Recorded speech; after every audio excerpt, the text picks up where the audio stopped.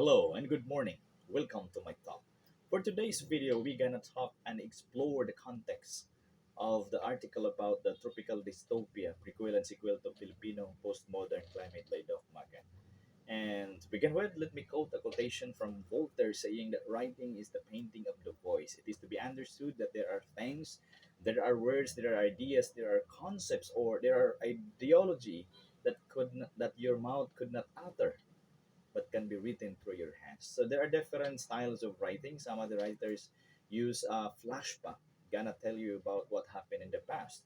Some other writers also use foreshadowing. They're gonna tell you what might happen, what might happen in the future. And some other writers use illusion. It means that they have to cover or to make the reality blurred.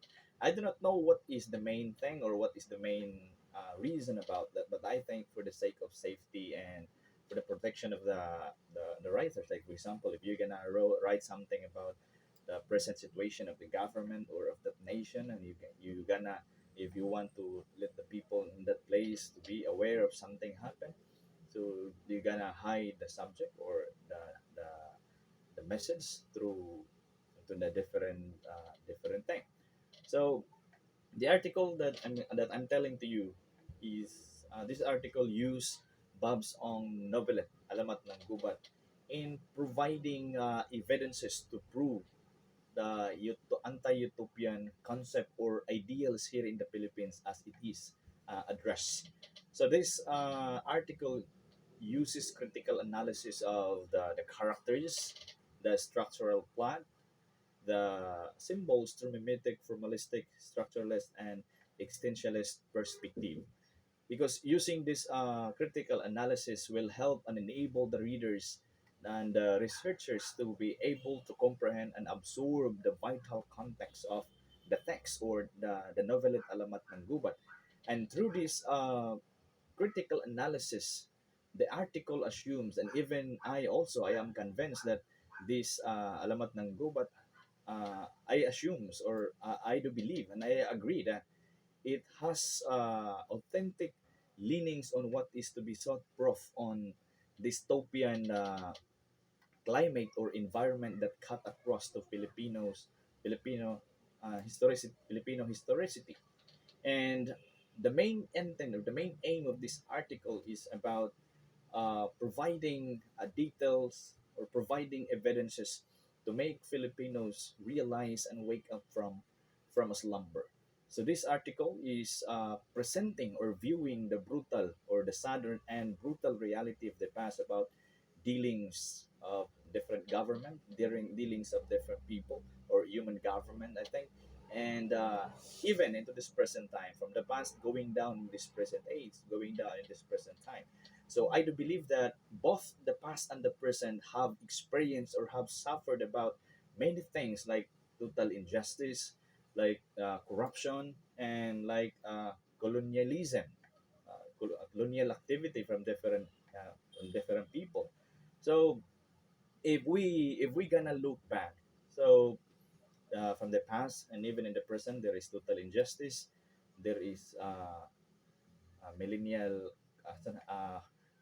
colonial activity, not just in conquering another place, but colonial activity. It's about corrupting the mind.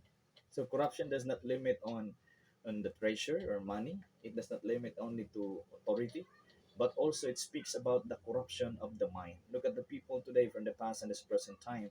There is colonial mentality because there is corruption of the mind. As I have read in the article, like for example, I forgot page 107. Yes, page 107 is stated in the article that history is being one-sided account. So with that statement, history is being one-sided account. What happened in that history is being corrupted. So there is not just corruption of the mind, but also in corruption in the historical events. Not only that, but if we gonna go to the theological perspective, there are also corruption of different writings. Like for example, the Bible today, there are hundreds of versions that existed and claiming that they are right, and those writings, those versions are wrong. So there's so many corruption that happen, not just in the mind, not just in history, but of course in the literature, literature or Hebrew literature in the Bible, and of course in our dictionary today. There's still a corruption. There is imposing culture. There is imposing different concept of or ideas. Like if you're gonna read the dictionary, their meanings, different meanings, and so one of my teachers saying that they are trying to put something or to engage to influence something about the Western culture, because as what studied by John Locke or proponent, the proponent of that tabula rasa, that our mind or a child's mind is like an empty sheet. Uh, what he absorbed, what information that he received in his mind, so that would influence him or her.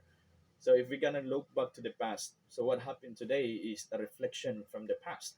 So if there is a dystopian, tropical dystopia, so it started from the past until in this present time. I do not know on how we are going to solve this, but those things, there are many things that we suffer in this present time, and I hope that through education, maybe, or educating the mind, educating the heart, the characters, the attitude of people could make a better health. Okay, so that's all for today. Thank you and have a good day.